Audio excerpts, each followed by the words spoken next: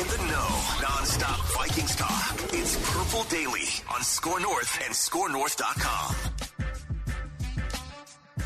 All right, Vikings Vent Line, a training camp edition. That's right. Finally, training camp is here. The dog days of summer are finally over. It's hot as heck here in the Twin Cities. It's like pushing 100-degree heat index. Glad I don't have football pads on. Instead, I just get to criticize those who get to put on the football pads here on Vikings Vent Line.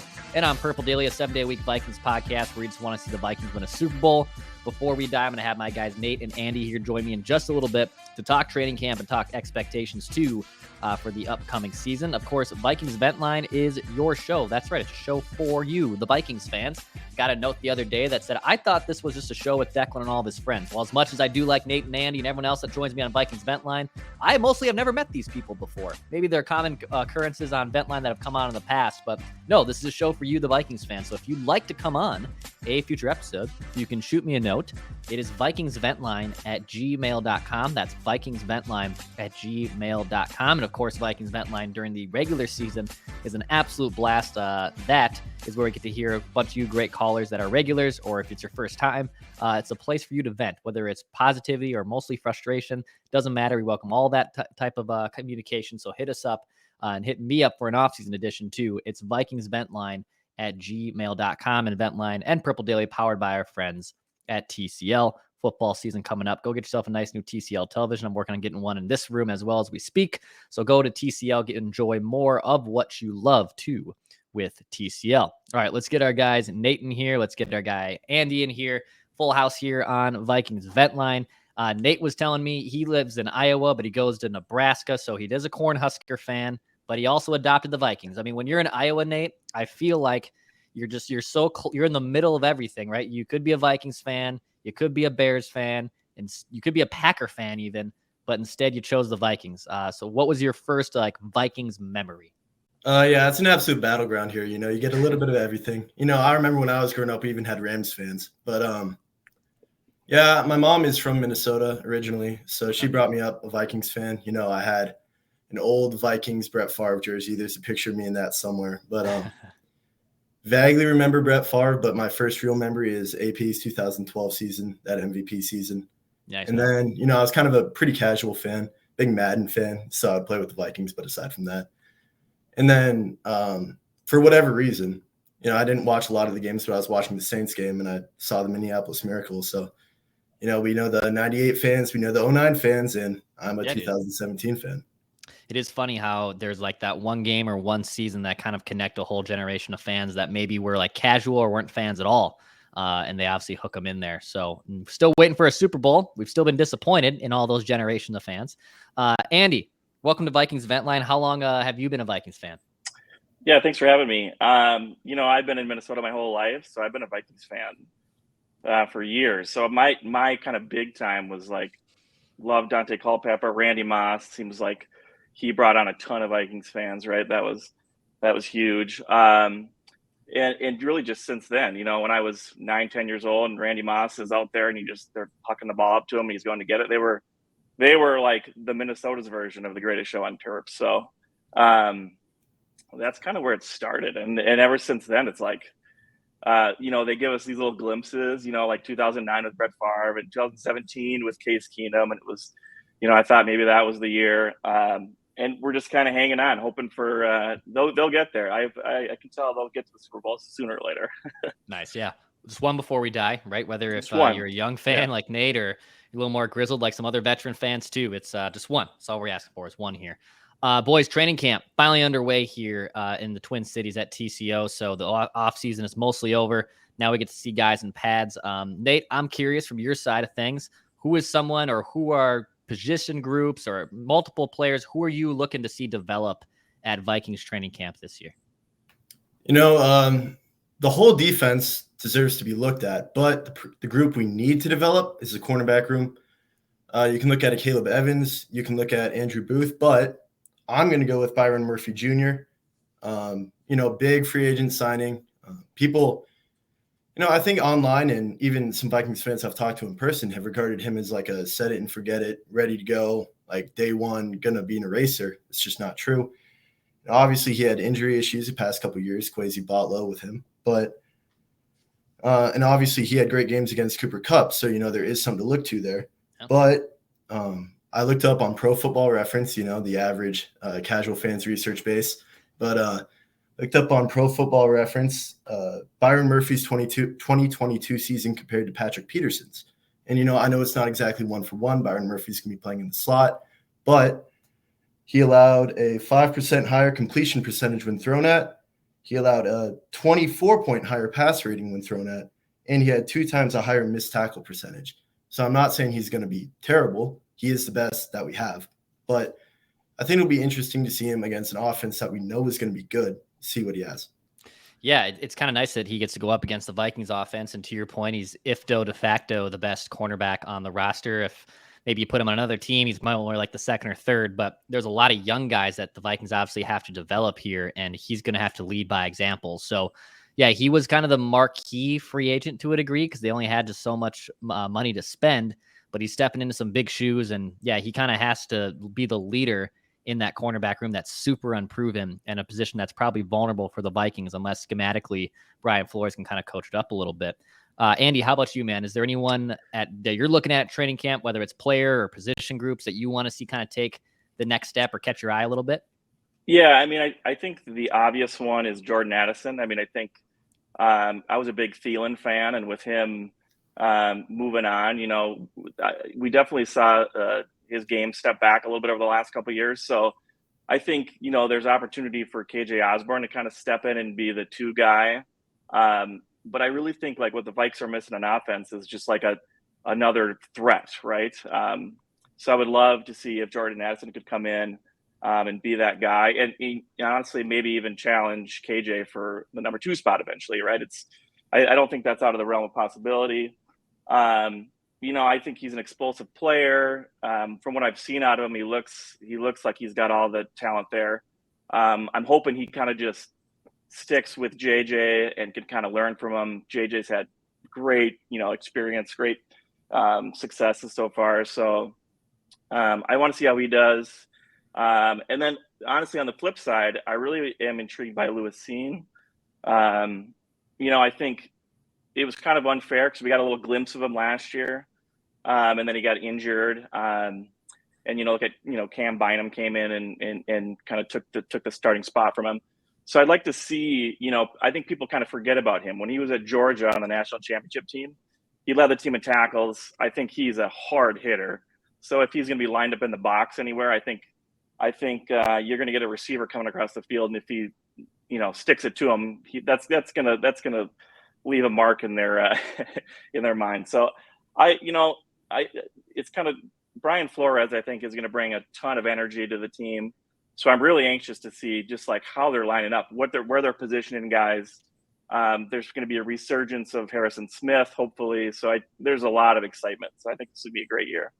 Yeah, what Flores can kind of do with some of these either unproven pieces or veteran guys, like to your point about Harry there, can Lewis Seen kind of learn from Harrison, and then can it get trickled down from Brian Flores, and can they use Seen at least in some type of package where he's at least on the field, right? I mean, last year he had the leg injury, but even before that, he could barely even get on the field outside of special teams, and the Vikings obviously are going to need him because obviously that defense is a lot of unproven players as it is that we talked about earlier. And if Lewis Seen can kind of step in and develop here, I mean, people will look at Kwesi a lot differently. I think they'll look at the Vikings defense a lot differently too, and it'll be all good things. Nate, do you think that Jordan Addison on the offensive front, do you think that he's going to be able to get significant reps and make a big impact? There's a lot of really good players in the offense, and Jefferson and TJ Hawkinson, obviously Kirk Cousins. Do you think Jordan Addison kind of step in and still be a pretty legitimate threat in the Vikings offense? I certainly hope so, and I think he has to. Mm-hmm. Yeah, especially with the offseason he's had, and I get that he had an excuse, but, like you guys have been talking about, just a whole lot of small, weird things. I think he has to have a big training camp. He has all the ability to be that number 2 threat, but I don't think the offense is going to be doomed if he doesn't. KJ Osborne is, a wide receiver 2 capable guy. TJ Hawkinson is one of the best tight ends in the league. And I think that last year proved that, if nothing else, O'Connell can scheme Jefferson open. So I don't think that he has to, but I think that if he does, his offense is just going to take another step forward. And will be up there among the top dogs of the league. On the offensive front, too, sticking on that side of the ball, do you guys think that this is the last year Kirk? Andy, do you feel like are we treaded towards maybe an extension with the Vikings quarterback? How do you look at the Vikings' future at that position with Kirk Cousins? Yeah, that's a good question. It seems like there's two camps. You either like love Kirk Cousins or you love to hate Kirk Cousins. I'm kind of in the camp that like he's really undervalued. I mean, what he does as a quarterback, I think a lot of people saw in the Netflix documentary, like he's a pretty impressive guy. I think he doesn't necessarily get the respect that he sometimes deserves. So I'm kind of in the camp that I would love to see if they could get him to like 2 years. I don't think he's expressed interest. He wants to stay in Minnesota. I don't see him doing like a 1-year deal. But I think if you can get into the 2 years, something like that, he's 34, so you don't want to get much beyond that. I don't think he's going to be get you into the Tom Brady 40s. But I think I say that because if we had a backup that we're kind of developing, it'll be interesting to see with Jaren Hall how he gets developed. But if we had someone that we kind of had coming up in the ranks, I think I'd be okay kind of sending Kirk off. But to be honest, I think the best thing that we could do is bring in a quarterback, whether that's Jaren Hall, whether that's someone else next year, and let them learn from Kirk for a year or two. I mean, you don't realize how accurate Kirk Cousins is, what he gives you. I just think he brings a lot of things to the table that, we always think about, we default back to like, you go to that Giants game, right? The playoff game where he checks down and that's kind of like a sour taste in your mouth. Right. But, I think it's going to be year 2 under KOC. I think you're going to see a little bit more trust there. I think it would be nice if they could get something done with Kirk sooner than later, because if he plays really well, it's kind of tough. You could keep Kirk, but it's going to be at a higher premium, right? So it'll be interesting to see what kind of folds out. Yeah, if Jaren Hall maybe makes some strides at training camp, that's a good sign. But at the same time, it's still pretty unproven if he can step in and be the Vikings quarterback, whether it's in a pinch this season or whether it's for next year. And to your point of him, maybe Kirk Cousins, that is, pricing himself out if he has a really good year, that's also completely on the table too, if he continues to have the seasons that we're used to seeing from him. Nate, I guess, are you a big Kirk Cousins guy? Yeah, you've only seen a few Vikings quarterbacks, but are you a big Kirk Cousins guy? And do you think that they're going to extend him, or would you rather see this be the last year of Kirk Cousins? I am a big Kirk Cousins guy, and I would like them to extend him, but I don't think they will. I think that Kwesi is obviously, we've seen that he's interested in young, high upside players. Kirk is obviously older, and I doubt, Kwesi looks for value. If we know one thing about Kirk Cousins, he's not going to undervalue himself or let himself be undervalued. And Kwesi also obviously understands that a young quarterback on a rookie contract is one of the greatest competitive advantages in sports. Mm-hmm. So I like Kirk Cousins. I think he's a great football player and a great human being. But I don't see a world – I wish there was, but I don't see a world in which he's a Viking for 2024, 2025. Yeah, it's going to be really interesting what they want to do there. They have a big, also dead cap hit essentially from the void years that's against their cap. So like they're kind of paying for him even not to play for them if he doesn't come back next season. They've put themselves into a corner here, and I'm curious to see what they end up doing. I don't think we'll see an extension before the season starts. Could be wrong on that. But that Netflix quarterback documentary comes out. Now there's like a lot of good pro Kirk propaganda out there to a degree where you should be probably locking up this guy. It's really interesting position for them to kind of figure out what they obviously want to do with it. It's the most important position. And do they want to extend him, or do they want to go to the draft? Do they want to find a bridge guy? There's a lot of options. Obviously they could go down. How many games will the Vikings win in 2023, Andy? They won 13 last year. Obviously a magical carpet ride, a lot of epic comebacks, but how many wins do you have the Vikings pegged for the 2023 season? Yeah, I don't think they're going to have quite the year they had last year. I do think they're going to play pretty well. I think they're going to be off to a slow start. If you look at the first 5 weeks, they have Eagles, Chargers, Chiefs. So that is going to be a real test. I think you're going to see, no one really knows what Flores is going to bring to the table. KOC's in year 2, so I think we get those guys early, maybe that's a good thing. But I have them at, I've kind of been flirting with 10, 11 wins. I think 10 is probably where I'll land. Anything north of that, obviously I'll be happy with that. Yeah. And a lot of that is the NFC North is not probably the strongest right now. If you look at, there's a lot of hype around the Lions, which I like Dan Campbell. I think what he's doing there is working, but I think you guys have said this, until the Lions are the Lions until they can prove otherwise, right? They've had years where there's been expectations and it just has never really worked out. The Bears, I think Justin Fields is a good player. I think, they're probably a year or two away from maybe starting to gain some steam. And the Packers, it's hard.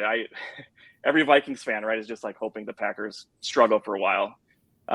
So I think the opportunity is there for the Vikes to take the division. Like I said, if they get to 10 wins, 11 wins, I think that shouldn't be a problem.